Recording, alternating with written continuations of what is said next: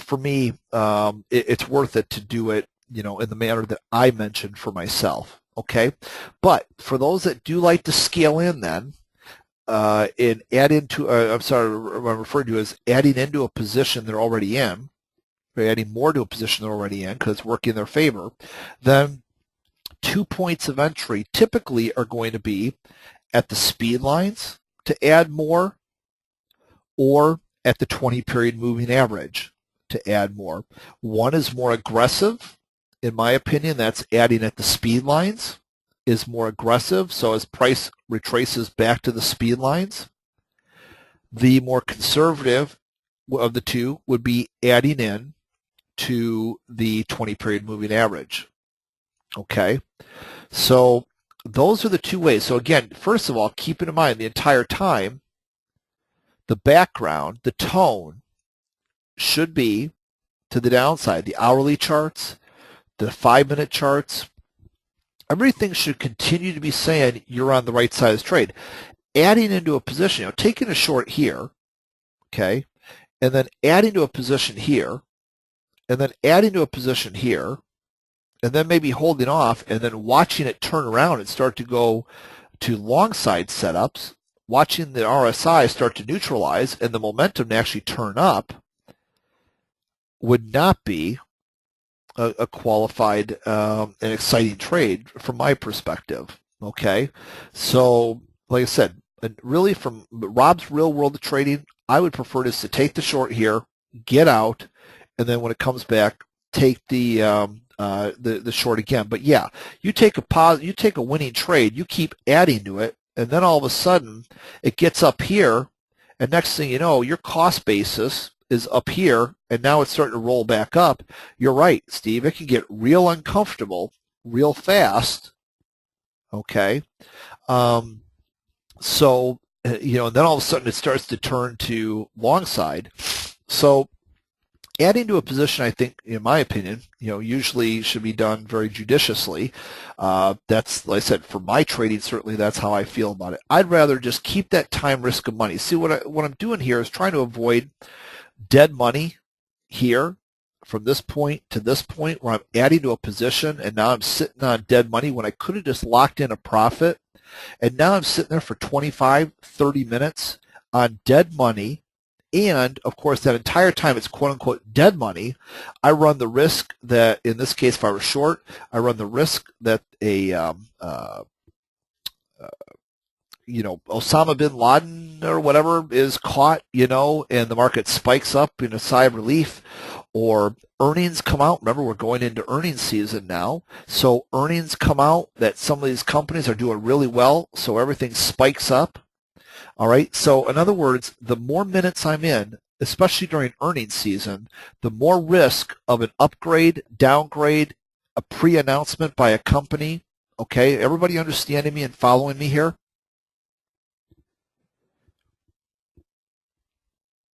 Okay, good. So just kind of sharing. But otherwise, the two places to usually add to a position, if you are inclined to be that way, which that's fine. I'm just letting you know how I feel from Rob's real world of trading versus this nice theory of, adding to a position. Some people feel it's like a status symbol. Well, I want to add on to my winning position. Well, by the time you realize it's a winning position, especially in the volatile markets that we're in, it could go ahead and actually be time to start thinking about profits, let alone adding. So that's just kind of how I perceive it for my trading, and that's worked out just fine for my trade. So I wanted to share my experience. But the two options would be, like I said, trading near the speed lines, or you're adding on near the speed lines on a pullback, okay, or the 20-period moving average. Now, that also leads us in then to the whole concept of exiting a trade. Okay, there's a couple of key points for exiting a trade. Certainly, just from forgetting about indicators for a moment, just your pure stop loss in your risk trading plan. Okay, if your risk trading plan says every trade, no matter what, I'm going to be out after 10 ticks. Even if this thing looks like it's going to go down 1,000 points and I'm going to be able to make gazillions of dollars, I'm going to be out after 10 ticks of profit. Okay, if that's what your trading plan says, you should stick with it. Okay, or you should look at modifying it. All right, if you're unhappy with that, ask yourself why and what's changed since you made your risk trading plan, and should it be kept at those levels. But if from an exit perspective, okay, a couple of key areas where I'm looking to exit trades.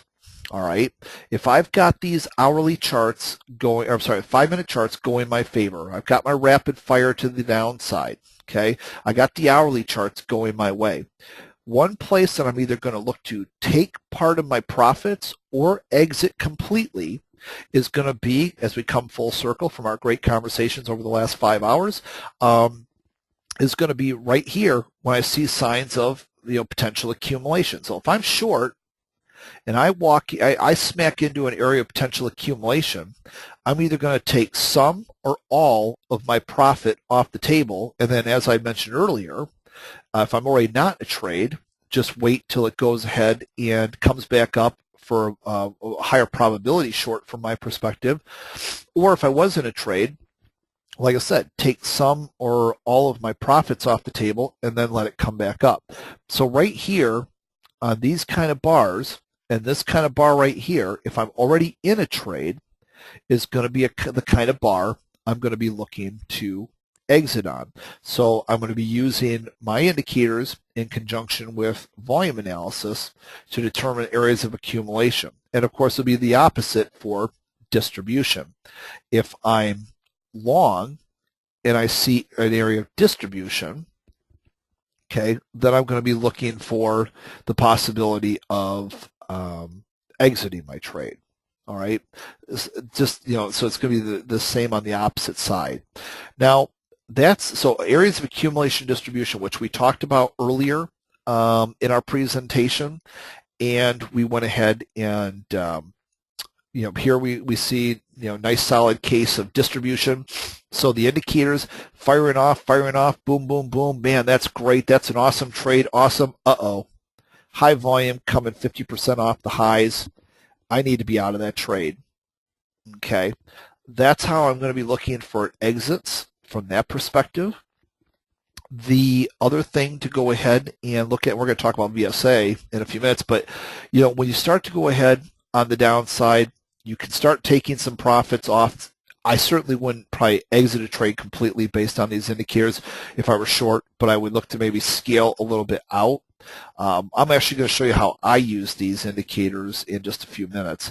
But the other thing that would really go ahead and get me thinking about exiting a trade, in addition to my initial profit targets that I already have predefined, in addition to signs of accumulation or distribution, would just go ahead and be the overall sense of momentum waning and indicators converting from this beautiful rapid fire downtrend to just going ahead and going to a situation where only I have tone in my favor, like right here. Okay. Because here again, it's the same thing. If I see that I only have like tone and the market's pushing against my short position, why not just take my profits, let it retrace back up, get to the resistance like we were just talking about a few minutes ago, and then look for fresh short opportunities if I'm still convinced that this is a good short trade. Okay, so the from an exit perspective, when you start to see that rapid fire starting to dry up, that's an area where I'm definitely going to get very itchy to either start scaling out or just completely bail out of my trade. So watch to see when your rapid fire starts to dissipate, okay, just as it is right in here. Okay, see that? We went from all this beautiful rapid fire, then it starts waning. We suddenly lose our multi-time frame trend. Okay, you got it here, but then do you see how here all of a sudden we start losing the multi-time frame? Everybody see that okay? Let me just highlight it to make sure everybody's on board here because it's important. So here, remember, the blue ones indicate multi-time frame analysis across these different time frames. It's so important to me. And then all of a sudden it starts to dry up, and suddenly things aren't in sync anymore. Okay? After they were so beautifully earlier, that's going to get me nervous. And then all of a sudden, we not only lose our multi-time frame, I start losing 5 of my indicators, okay, going ahead and also saying that, hey, you know, the price action, the range of motion, the momentum, okay, all 5 indicators are now suddenly dropping off the board. I got 5 up here still, but I got 5 down here that are missing, and I've lost my momentum. So suddenly I'm getting a series between here and here that's saying something's just not right. I'm starting to lose my momentum to the downside. That, to me, is an excellent sign to bail out of my trade. Okay? Does that make sense, gang? When I start to see my indicators wane, from my perspective, I'd rather just exit the trade and then go back and look for a fresh entry opportunity rather than going ahead and sitting there trying to say, wow, well, I just made 50 ticks. I'm going for 100. You see what I'm saying, gang? Bears make money, bulls make money, pigs get slaughtered. You guys over the, have watched me have a fantastic year here, and I just don't see any reason why I need to go ahead and do something silly. Bears make money, bulls make money, pigs get slaughtered. So if I go from rapid price action to waning, and here's another example, rapid price action to waning. For me, it's better to lock in profits and step away. Okay? So, accumulation, distribution, and prices waning. Does that make sense, gang?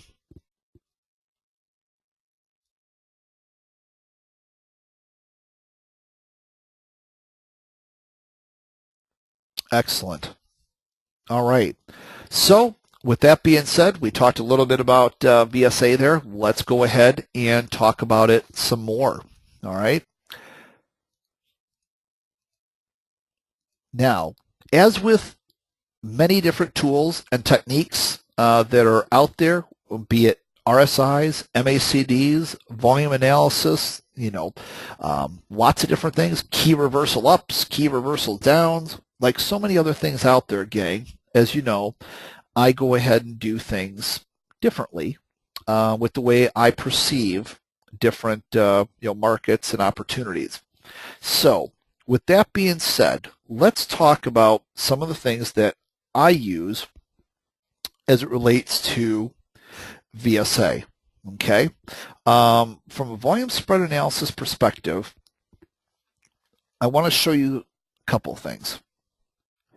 The things that I go ahead and okay, great.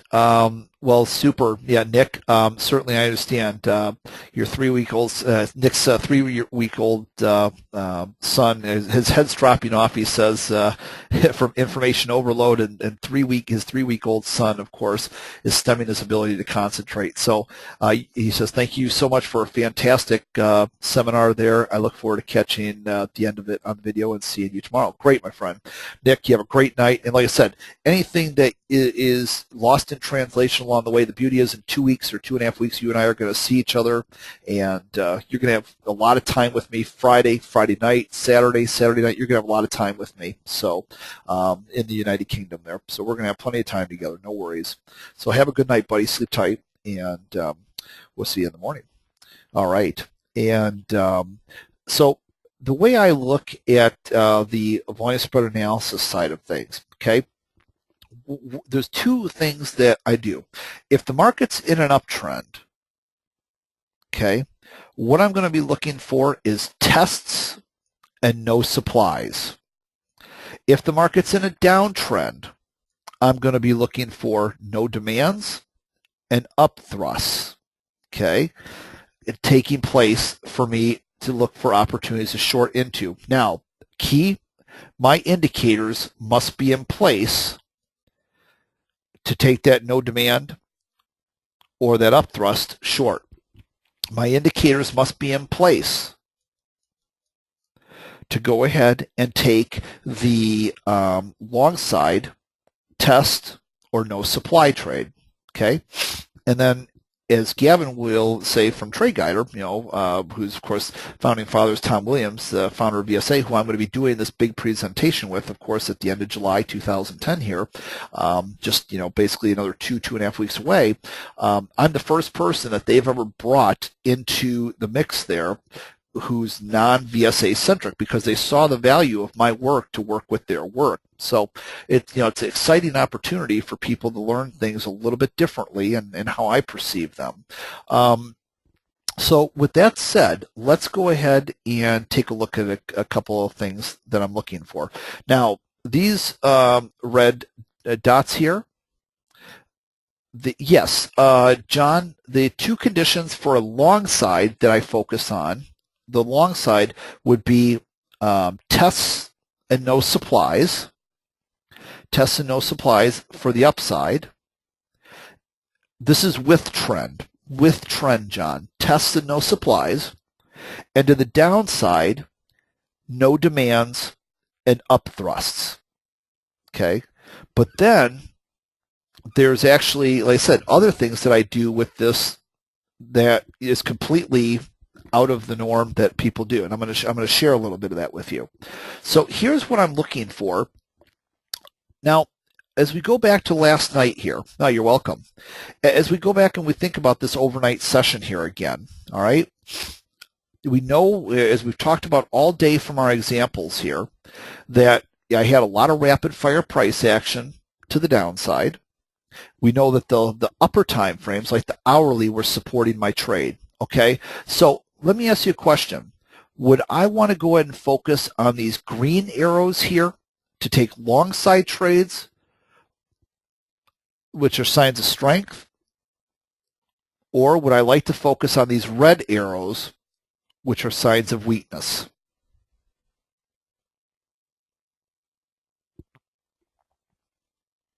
Okay. Now,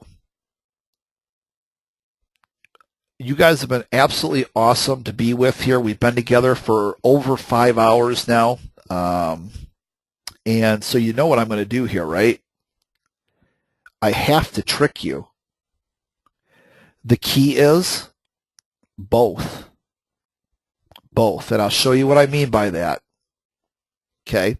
You're absolutely correct. For an entry position initially, I'd like to focus on the reds. The reds in the direction of the trend. Okay? So like right here, there is a no demand. Okay? In the direction of my a trade here. Okay? What do we have over here? Okay? No demand. Up thrust. Good. So these are the kind of trades these are the kind of bars that I'm focusing on in the direction of my trend. But wait, okay, Rob, you just said both. Well, wait a minute here. If I start going ahead and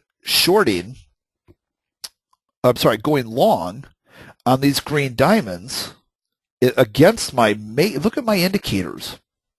My indicators are just plowing to the downside, aren't they? What a terrible mistake it would be to go ahead and take a long. I didn't say I was going to take a long. What I said was, would I rather focus on the red or the green? And my answer was both. And here's why, gang. Here's why. Because one of the things that I do differently, exactly, Mark, use them as an entry to sell. How many of you have heard me say this countless times? You've heard me say, when the buys don't buy, it's time to sell. When the sells don't sell, it may be time to buy, right? How many times, for those of you that have been with me for the last few years, how many times have you heard me say that? That's a really important concept, and one that I can then use with these VSA signals, like a record, Oh, Michael, my friend, I'm going to definitely explain. All right. So basically, right now, I've got beautiful sell signals on my indicators. Okay.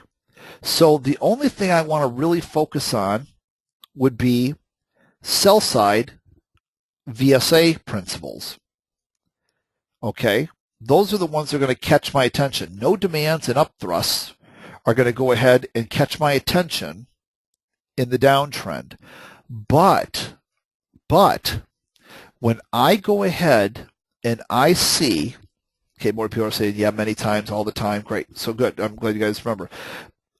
So Michael, when I go ahead and see a sign of strength come in that then is violated and broken below, that to me is a sign for short opportunities, especially, so basically it's pushing lower. The buy isn't buying, it's pushing lower, and my indicators are going nuts, okay, against the trend there. I really get excited about that. Let's look at a whole bunch of examples, okay? Here we go. Now, what you'll see here, my indicators are clearly what? Clearly, what is this called? What do I call this here? Let's put together some of the things we learned today. What do we call this here? Oh, that's great. Good work. Every single person is saying rapid fire, rapid fire, rapid fire, rapid fire. Excellent. So I've got real good, sell side bias here, right? So Michael, every time then to the downside, I see a VSA long side principle defied. See? Potential climactic action here. Let's go ahead and see if we can get this to pop back up. Oh, I lost it. There we go. Potential climactic action. Potential climactic action. Okay. Bottom line is every time I see one of these bars that has a long side or a sign of strength attached to it, so what I consider a buy, okay, even though TradeGuard doesn't call these buys, okay, or sells, they call them signs of strength, signs of weakness. When I see a sign of strength that is trying to take on my indicators, and my indicators go ahead and prevail, I see that as a fresh short side trade opportunity. Okay? So when I see the buys not buying and they're getting beaten up by my indicators here, there's two ways to enter those, Nella. Basically, you can either, as soon as you break the low of this bar by a tick, enter, or you wait till the bar closes, because it's possible the bar may actually close up on the bar and give a better trading opportunity. If it pulls lower, okay, if it pulls lower and then closes up, that would be a short opportunity. Again, assuming I got this rapid fire, I got multi-time frame indicators in my favor. If I make a lower low than the previous long, okay, that is a short side opportunity. Okay, so the buys, the signs of strength, aren't supporting the market. They're failing. So the buy isn't buying. That's my adage. I'm not saying TradeGuard is saying buy. They're saying sign of strength. When I see the sign of strength not providing strength, then and my indicators are coming down, crushing on top of this, it's a great opportunity. And Gavin will go ahead and tell you too. That's one of the reasons they love my work, because it's a great way to go ahead and complement things. If you get a no demand or you get an up thrust in here on the way down, then great. That's a good entry when the signs of weakness are lining up with my sells. But then also, if my work ends up going ahead and demonstrating that the buys aren't buying and they're pushing lower, then there's some good additional short opportunities. And so that goes back to those of you that have known me since the very beginning. You've always heard me say that. If the buys don't buy, it may be time to sell. If the sells don't sell, it may be time to buy. Okay, so let's look at that concept the same way to the upside. What do we have here? We have rapid fire to the upside, right? You guys see that? Rapid fire to the upside. But we've got a sign of weakness, supply coming in. Oh, trades a tick above the previous bar. You can either go long there, or you can go ahead and go long at the close of the bar. Either way, you get a pullback here to the speed lines, and then the next bar goes ahead and spikes up. Let's go ahead and take a look over here. Okay, we're getting some rapid fire price action right here. So then we come back over. This bar goes ahead and closes with another sign of weakness here, but more rapid fire. So you can either go long, one tick above the high of this previous bar. This is just the way I'm looking at this for my trading. Okay, or you can wait till the close of the bar. Either way, has a small pullback to the speed lines and then takes off again. Okay, so in other words, my indicators are firing off, especially in situations like this with like rapid fire, and I see signs of weakness come in that are being defied and pushed up against, and the sells aren't selling effectively. I look at that as an opportunity for future buying as long as my indicators are in agreement. So I would not do this, okay, in a situation like right here. I would not go ahead and go long here if we get one tick above this previous bar right here. Let me highlight this because here's the difference. Down here, where's my rapid fire price action, gang? See, it's not there. Here, it is there, and it was in the immediate background. Okay, but right here, we don't have that immediate in the background. Okay, don't have it for some time back there. So, in fact, the last known position of rapid fire was actually to the downside. So here we go ahead and we have this situation where I've got a sign of weakness. I would not go ahead and take a long position if it goes one tick above here because I don't have the rapid fire or even a tone and lock supporting me. Everybody see that? But over here, I've got tone and lock going ahead and supporting me. So if I can push up beyond with that tone and lock above the previous area where supposedly supply was coming in, signs of weakness were coming in, that's the type of trade I will take. So when the sells aren't selling and it continues to push up along with my indicators, that's a long side trading opportunity. Okay. When the buys aren't buying, okay, and my indicators are pushing down there, just relentlessly saying, "Hey, sorry, this is a great concept, but you know what? It's not holding. There's no strength here. Those indicators are kicking tail on the signs of strength." That's an opportunity for a fresh short opportunity. Okay, good, Michael. I'm glad you like that. So, like I said, just like with a lot of things in life, I use them a little bit differently than a lot of people. So hopefully this goes ahead and adds, a new layer of discovery for people on how, I look at these in my trading. Yeah, you like that, Nella? Yeah, most people that are from the VSA world, like Michael and you, Nella, and that, anybody that's used to the VSA world could really appreciate the way I use that. This is why, Nella and Michael, this is why Gavin is so excited about my indicators, and he calls it the greatest thing to hit Trade Guider in the last 7 years. And yeah, you see that? And Nella says, no wonder, because it's a different way to utilize things, and I just that's what I do. I'm a professional trader, so I come up with the best way to use things. Tim says smarter than the average bear, and then he laughed. So I hope that goes ahead and helps you look at things a little bit differently, to go forward. Okay, for those of you that have those signs of strength, signs of weakness on your charts there, and this will help you go ahead and see some fresh entry opportunities in the direction of my indicators when other indicators elsewhere are being violated. Okay, so that's kind of a neat trick, like you said, and of course it's not just a trick; it's real world trading the way that I like to be.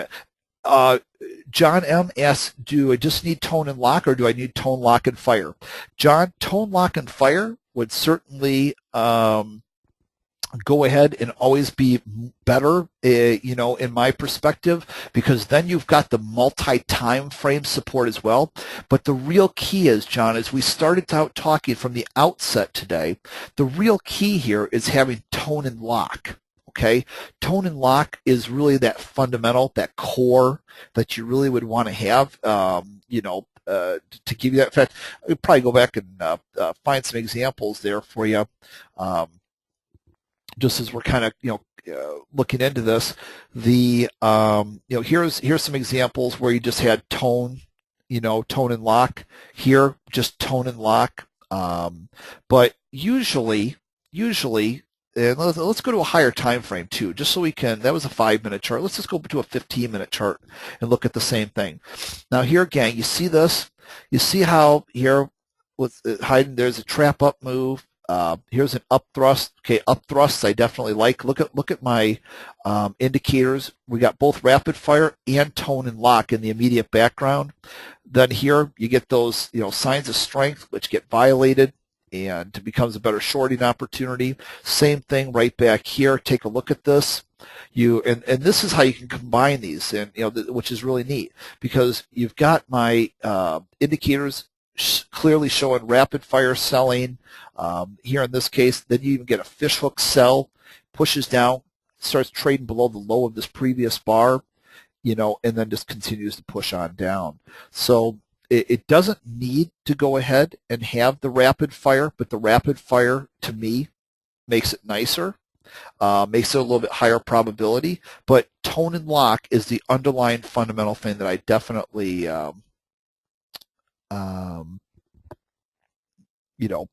go with. Yeah, Lance, stick with what you're doing, bud. Stick with what you're doing. You're doing a great job. I mean, I can't advise you. I'm not a registered financial representative, but you've shown me your profit loss statements. We've talked. I think you're doing a great job. And the let's see. So, John, hopefully that answers your question there. Yes, Chris asked a good question, because Chris, I think you had to join us a little bit later today. Chris says, one quick question, Rob. In general, when I see lock and fire without the main element tone, should I just ignore it?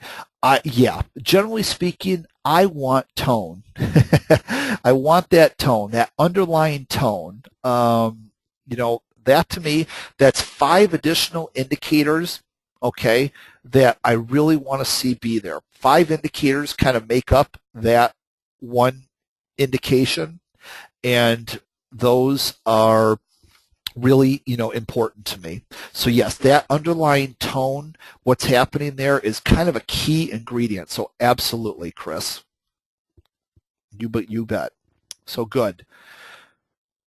All right. Great. Well, listen, I hope that really helped you guys today. I tried to show you a lot of neat tips, tricks. We've been talking for approximately 5.5 hours today.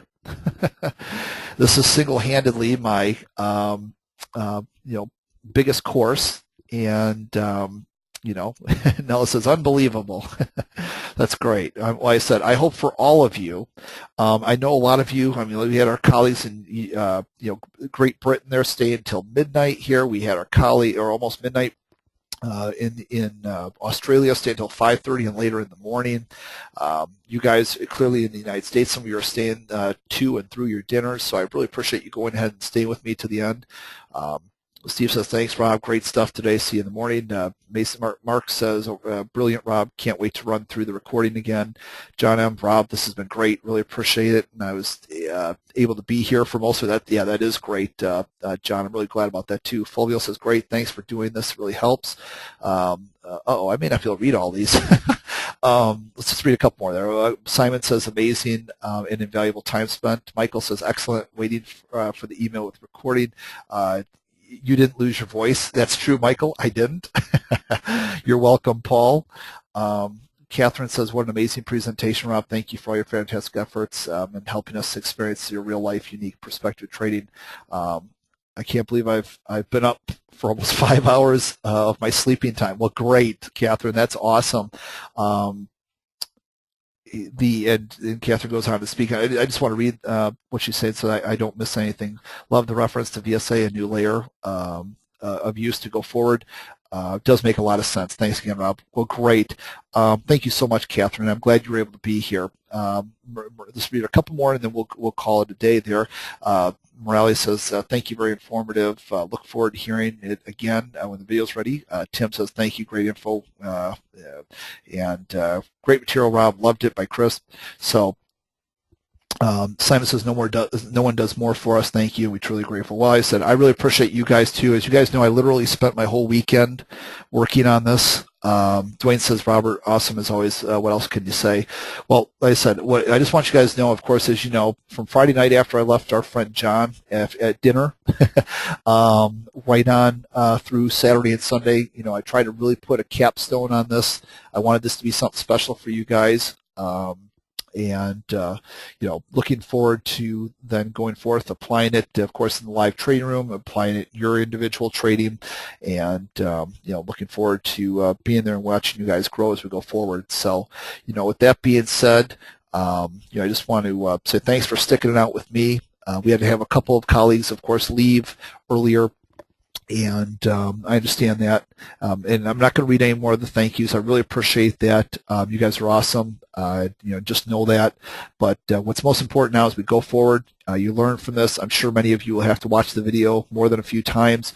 Like I said, it was 5.5+ hours, but I think it was worth it to get so many different educational things. From advanced strategies to basic strategies to conservative to aggressive to using other types of when not to take in a trade. Creating higher probability trades. How this works with other instruments and just kind of right on through scalp trading, adding, exiting, aggressive, conservative, working in unison again with those other indicators, up to inclusive like VSA. So lots of neat stuff. And with that said, I'm going to go ahead and say goodnight, my friends. Take care. And I'm looking forward to seeing pretty much everybody there, with the exception of one, tomorrow morning in the trading room. Okay, so take care, gang. Thanks again for all your great questions, comments, thoughts, and let's hit them, knock them dead tomorrow. Okay, good night, gang. You take care of yourselves. Bye-bye.